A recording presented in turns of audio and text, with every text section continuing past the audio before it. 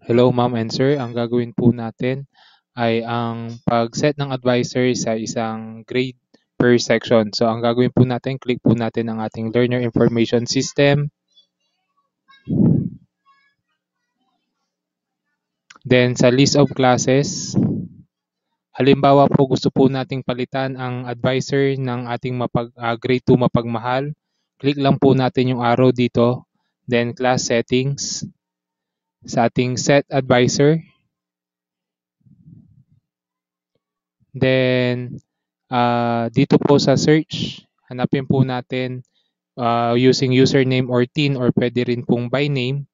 Halimbawa po si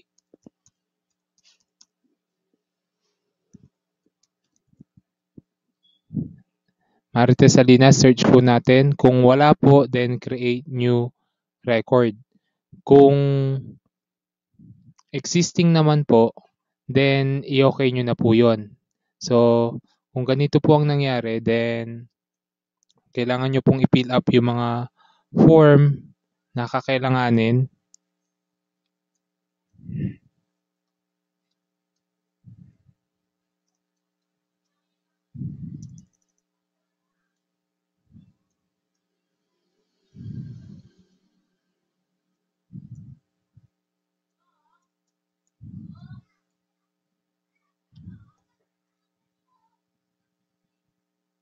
Then, bigyan nyo po siya ng user account.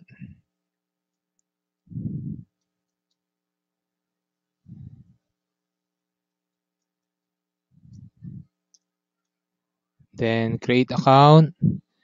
The next po ay magbibigay po tayo ng sa personnel, add role, school personnel. Then, pagkatapos po niyan, click po natin yung select. Then, ayun po, Salinas Marites. Then, ang gagawin po natin, click po natin yung save. After that po, pwede po tayong pumunta ulit sa list of classes.